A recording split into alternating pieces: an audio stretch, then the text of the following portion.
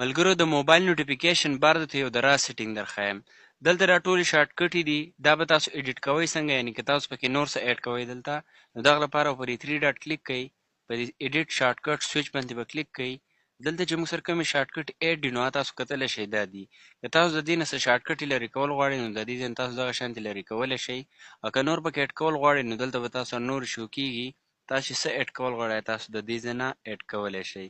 لکه ګورئ ما پکې دا یو ایډ کو ویډیو ریکارډر، دا مې پکې هم ایډ کو، او دا سکرین شاټ مې پکې هم ایډ کو، دا درې مې پکې نور ایډ کړه.